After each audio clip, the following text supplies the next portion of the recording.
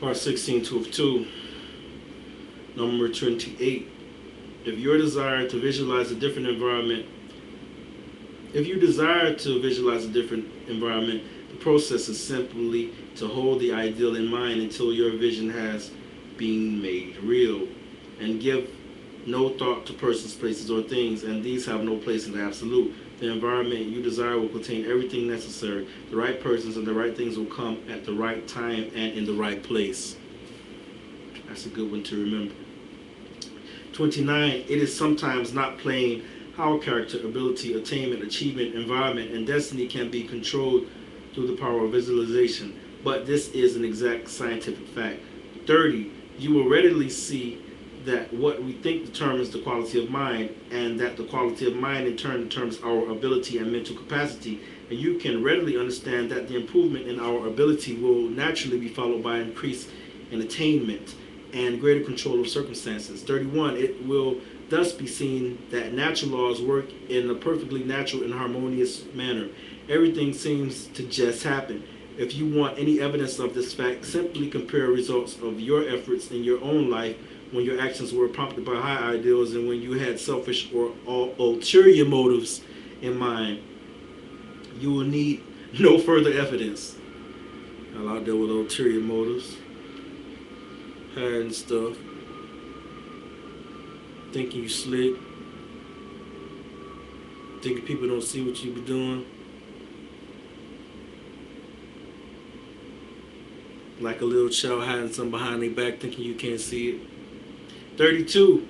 If you wish to bring about the realization of any desire, form, or mental picture of success in your mind by consciously visualizing your desire, in this way you will be compelling success. You will be externalizing it in your life by scientific methods. 33. We can only see what already exists in the objective world, but what we visualize already exists in the spiritual world, and this visualization is a substantial token of what will one day appear in the objective world. If we are faithful to our ideal, the reason for this is not difficult. Visualization is a form of imagination. This process of thinking forms impressions on the mind, and these impressions in turn form concepts and ideals, and they in turn are the plans from which the master architect will weave the future. 34. The psychologists have come to the conclusion that there is but one sense, the sense of feeling, and that all other senses are but modifications of this one sense. Pause. I think that may be true. Okay, back to the text. And this being true, we know why feeling is the very fountainhead of power. Pause again, even though some people say, no, it's thinking is the key, not feeling.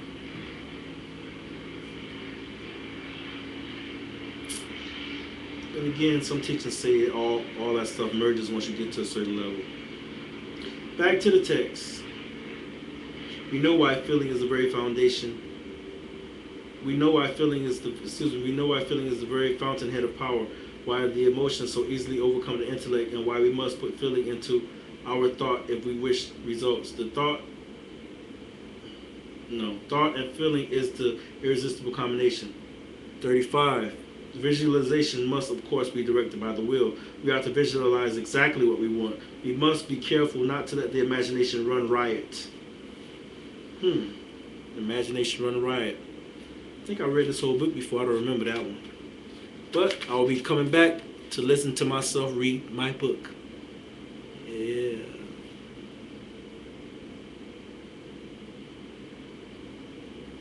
I'm going to have to use that one.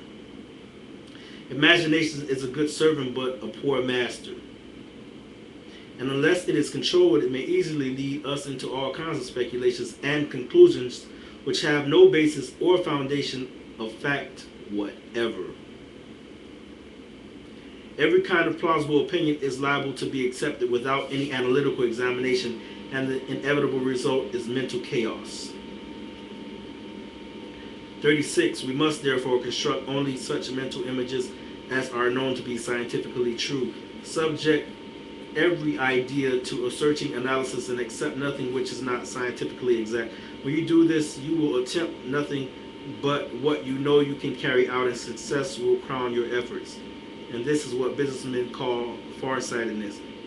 and it is much the same as insight, and is one of the great secrets of success in all important undertakings. 37 for this week. Try to bring yourself to a realization of the important fact that harmony and happiness are states of consciousness and do not depend upon the possession of things.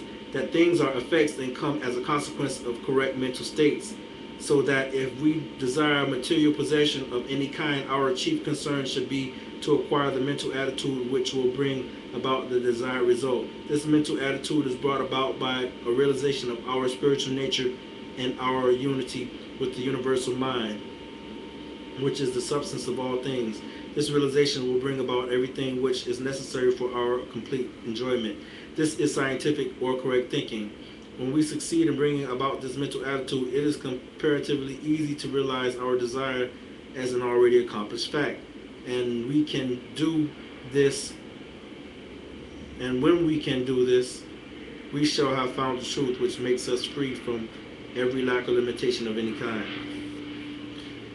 And a quote, a man might frame and let loose a star to roll in its orbit, and yet have done so memorable a thing before God as he who let a golden orb thought to roll through the generations of time. H.W. Beecher. Part 16, study questions with answers. 151, upon what does wealth depend? Upon an understanding of the creative nature of thought. 152, upon what does its true value consist? Upon its exchange value. 153, upon what does success depend? Upon spiritual power.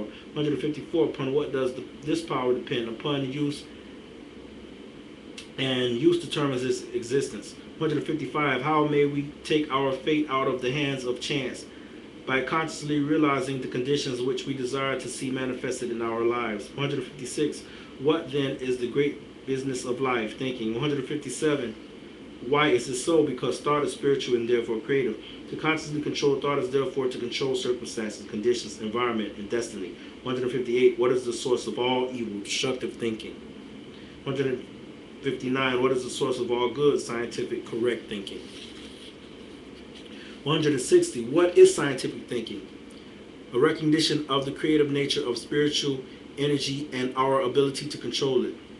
Another quote, the greatest events of an age are its best thoughts. It is the nature of thought to find its way into action. Bovee. Up next, part 17. I'm wearing it down.